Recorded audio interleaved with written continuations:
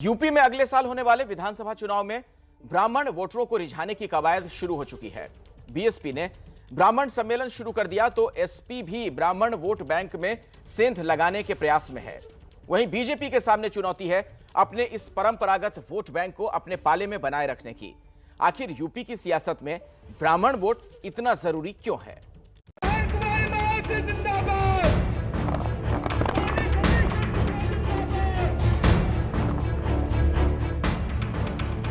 मुझे पूरा भरोसा है कि अब ये ब्राह्मण समाज के लोग इनके किसी भी प्रकार के बहकावे में नहीं आएंगे।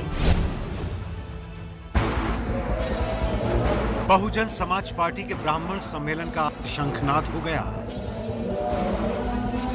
मायावती ने ब्राह्मण सम्मेलन की जिम्मेदारी सतीश चंद्र मिश्रा को सौंपी है, जिनके नेतृत्व में ब्राह्मण सम्मेलन के पहले चरण में 23 जुलाई से 29 जुलाई तक लगातार 6 जिलों में ब्राह्मण सम्मेलन होंगे। कि ब्राह्मण समाज जो पिछले 10 वर्षों में फिर से दहशत में जीने लगा है, जिसमें उसकी हालत बद से बदतर कर दी गई है, उसके उत्थान की जरूरत हो गई है। उधर समाजवादी पार्टी भी ब्राह्मणों को रिझाने के लिए परशुराम की मूर्तियां स्थापित करने की बात कर रही है। लखनऊ में समाजवादी पार्टी की ओर से 108 फुट की विशाल मूर्ति स्थापित की जाएगी। खबर है कि कांग्रेस भी कई ब्राह्मण नेताओं को 2022 चुनावों के लिए अहम जिम्मेदारी दे सकती है, मगर ब्राह्मण वोटरों को साधने की इन कोशिशों ने उत्तर प्रदेश में सियासत को भी गरमा दिया है। मैं समझता हूं कि 4.5 साल बाद बहन जी को उत्तर प्रदेश के वोटरों की याद आई है।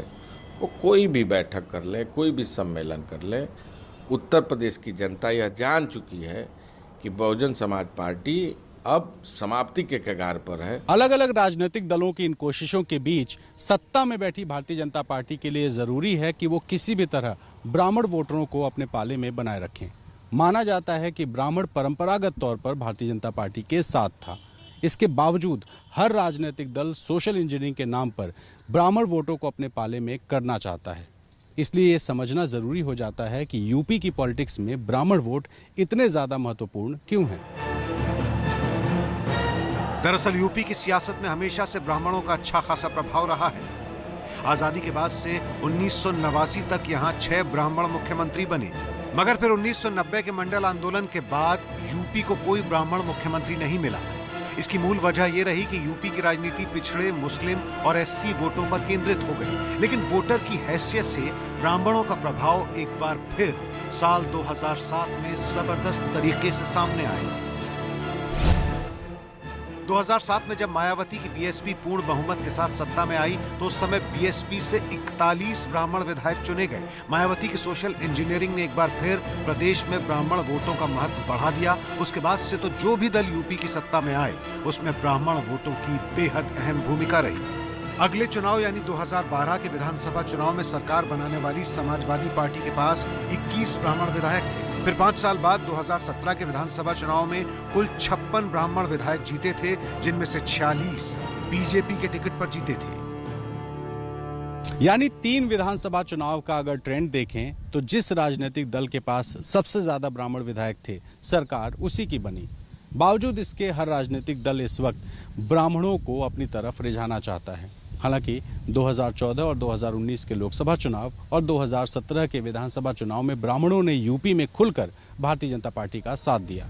बावजूद इसके हर राजनीतिक दल मानता है कि इस वक्त ब्राह्मण भारतीय जनता पार्टी से नाराज है और उसके वोटों में सेंधमारी की जा सकती है। यूपी में ब्राह्मण वोटरों की संख्या करीब 13% है। यूपी के करीब 18 से 20 जिले ऐसे हैं जहां 20% या उससे अधिक ब्राह्मणों की आबादी है। यानी इन जिलों में ब्राह्मण वोट चुनाव को प्रभावित करने की स्थिति में है। लिहाजा सभी राजनीतिक दल ब्राह्मणों को बीजेपी से तोड़कर अपने पाले में लाने की जुगत में लगे हैं। हालांकि आज के दौर में बीजेपी का परंपरागत वोटर माना जाने वाला ब्राह्मण वोट बैंक पहले कांग्रेस का वोट बैंक हुआ करता था। फिर वो वहां से ऐसा गया कि 3 दशक से कांग्रेस यूपी की सत्ता से बहुत दूर है। यूपी में आखिरी ब्राह्मण सीएम कांग्रेस के नारायण दत्त तिवारी थे। 1989 के बाद ना तो कांग्रेस की सरकार बनी और ना ही ब्राह्मण सीएम। ये भी अहम है कि बीच में एक समय ब्राह्मणों ने बीजेपी के मुकाबले एसपी बीएसपी को भी वोट किया है। लेकिन मायावती 2007 के पुराने प्रयोग के जरिए अब फिर सत्ता हासिल करना चाहती है। क्या उनका ये ब्राह्मण कार्ड फिर से सफल हो पाएगा। क्योंकि बसपा का जो अपना कॉम्बिनेशन है वो कभी भी क्लियर मेजॉरिटी की सरकार बनाने के लिए नहीं है, वो हमेशा हंग असेंबली के लिए तो है, वो उनको 150 तक तो पहुंचा सकता है, लेकिन क्लियर मेजॉरिटी तक पहुंचाने के लिए उनके पास कोई इक्वेशन नहीं है, कोई कास्ट केमिस्ट्री नहीं है। तो ऐसे में ब्राह्मणों ने वोट दिया था, ये वो भी जानते हैं, उनके सबसे ज़्यादा ब्राह्मण चुन के आए थे। ब्राह्मण अगर ऐसा नहीं होता तो मायावती फिर आज की तारीख में ब्राह्मण नहीं कर रही होती।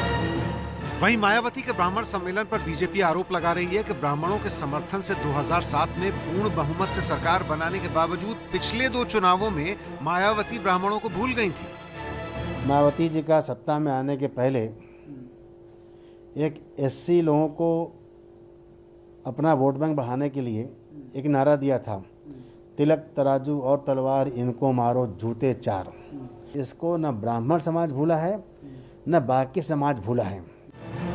सियासी जानकारों के मुताबिक विपक्षी पार्टियों का मानना है कि यूपी में पिछले 4.5 साल में योगी सरकार में ब्राह्मणों को टारगेट किया गया और कई मामलों में बेवजह उनका उत्पीड़न भी किया गया। इसीलिए ब्राह्मण समाज योगी सरकार से नाराज है। लेकिन क्या ये नाराजगी इस हद तक है कि इसका फायदा बीएसपी या एसपी को मिल सके?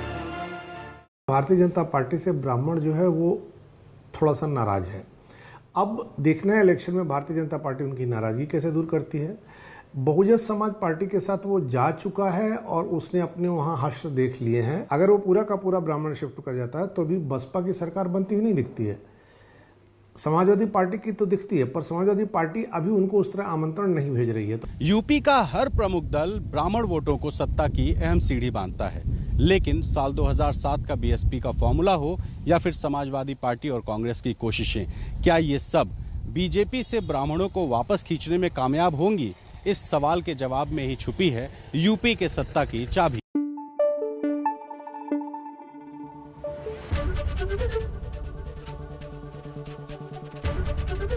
एबीपी न्यूज आपको रखे आगे।